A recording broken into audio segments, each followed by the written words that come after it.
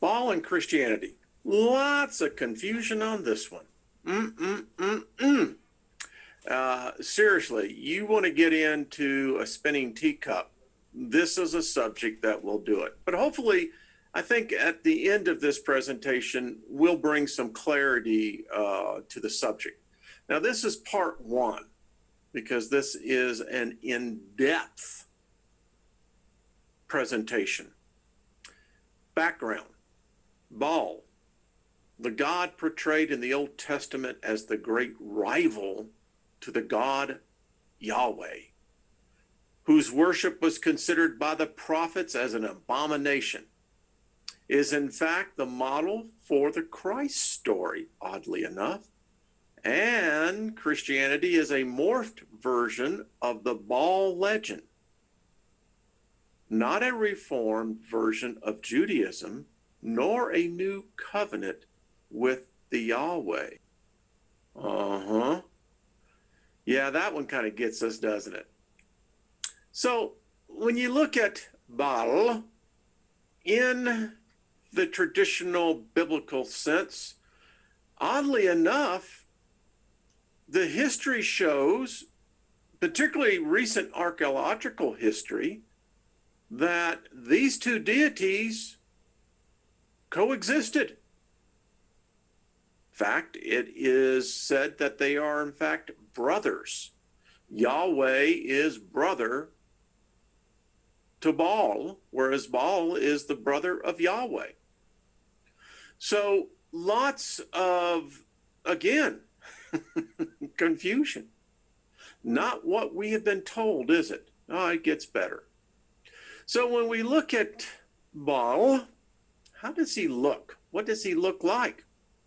Well, notice this depiction. Folks, this one is very much telling. There's got symbolism all over this one. But it's not the only picture. Here's one of Baal slaying the dragon that the Jesus, who Baal came to rescue from the dragon. And thus you get the legend of St. George. Yeah, a little different, isn't it?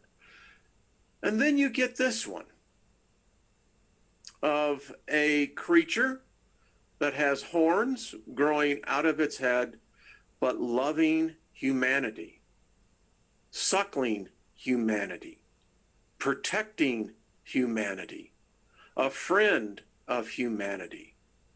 And this is where our story begins. Because as history is now beginning to show, we may have the wrong gods in the wrong position. The one that's there now is proving to be no friend to humanity. And the one that's reviled and despised may in fact be the one who is the true friend. This work is taken from a work by Glenn Young, who has done an incredible amount of research in bringing out the facts. And as more and more archaeological finds are brought to the world, and we begin to understand the cultures that have been lost for millennia, we're now beginning to find out it's a different story. So it is the blending of politics with cultural history and with religious history. They all dovetail together. Now, this presentation is how the rivalry between the cult of Yahweh and the worshipers of Baal helped to create Christianity. And we'll be discussing in length the religious intolerance in the Western world.